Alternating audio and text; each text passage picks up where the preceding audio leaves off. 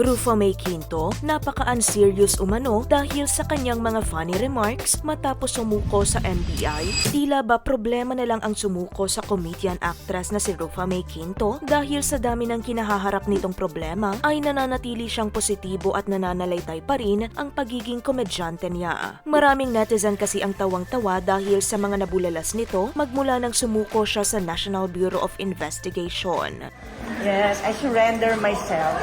Nakabalik na ng Pilipinas ang aktres nitong January 8, 2025. Sa airport pa lang ay sinalubong na siya ng mga tauhan ng NBI at voluntaryo siyang sumurrender dahil sa kanyang warrant of arrest.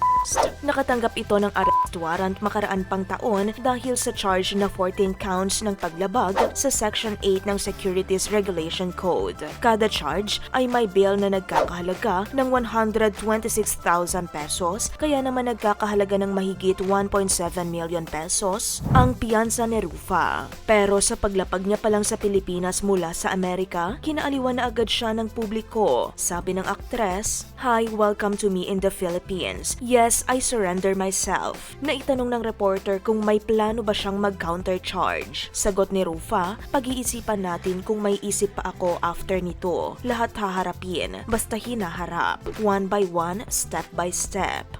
Tanong naman ng isang reporter, "Anong feeling ma'am na makakapag-bail na?" Kwelang sagot ni Rufa, "Edi ang sarap, I'm free. Best things in life are free. Sa totoo lang, ang dapat nilang hanapin yung may-ari. Tsaka wala naman akong kinalaman sa kanila. Di ko naman sila na-meet, nakilala. In fact, ako rin, hindi rin ako nabayaran."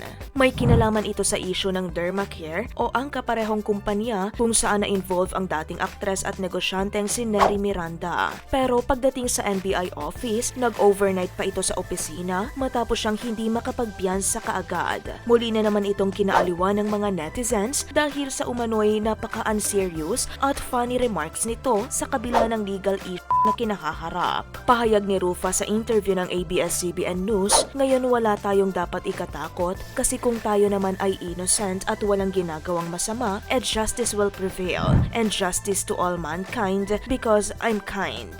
Sa kabila ng dagok na dinaranas ngayon at kahit mangiyak-ngiyak na, lumalabas pa rin talaga ang malakas na sense of humor nito at naisingit niya pa ang iconic line niya na "Go, go, go." Giit ni Rufa, "Ako po ay isang komedyante. Hindi po ako nagne-go, go, go show." Ayon naman sa mensahe nito sa kanyang Facebook post nitong January 9, "Thanks for keeping me go, go, going mga friends, family, friends, fans. Help, help, hooray."